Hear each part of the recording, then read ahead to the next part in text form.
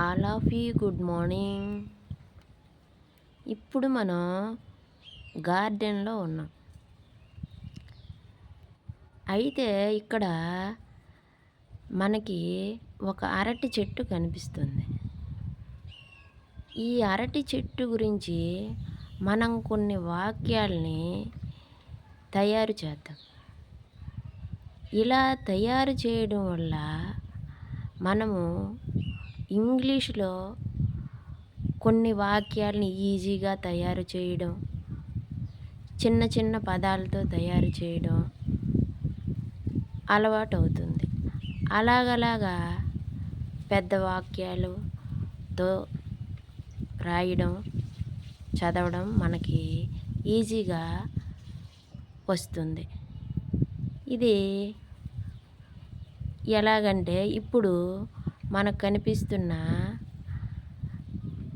అరటి చెట్టు గురించి కొన్ని వాక్యాలు మనం ఇప్పుడు చూద్దాం. This is a tree. This is A green tree. This is a small green tree. This is a small green banana tree. This small green banana tree gives us sweet bananas and big leaves. Leaves are used as a plate to serve food. ఇక్కడ మనం అన్నీ simple వర్డ్సే వాడాం. First this is a tree అన్నాం. Next green అనే word add చేసాం. ఆ next small అనే వర్డ్ యాడ్ చేసాం. ఆ నెక్స్ట్ బనానా ట్రీ అనేది యాడ్ చేసాం. తరువాత gives us sweet bananas and big leaves అని 2 పదాలు యాడ్ చేసాం. తరువాత leaves are used as a plate to serve food అని రాసాం.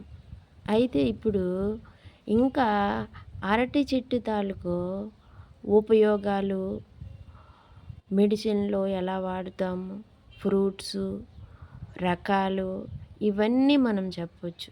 కానీ స్టార్టింగ్లో ఒక వస్తువు ఏదైనా అరటి చెట్టు అని కానీ, ఇంకా జామ చెట్టు అయినా కానీ, ఒక ఫ్లవర్ ప్లాంట్ అయినా కానీ, ఒక యానిమల్ గురించి, లేదంటే ఒక పక్షి గురించి, ఇలాగా దేని గురించి అయినా మనము కొన్ని చిన్న చిన్న పదాలతో చిన్న చిన్న వాక్యాలు రాయడం అలవాటుగా మార్చుకుంటే అలాగ మనకి రాయడం అనేది ఒక అలవాటుగా మారి హ్యాపీగా రాస్తాం.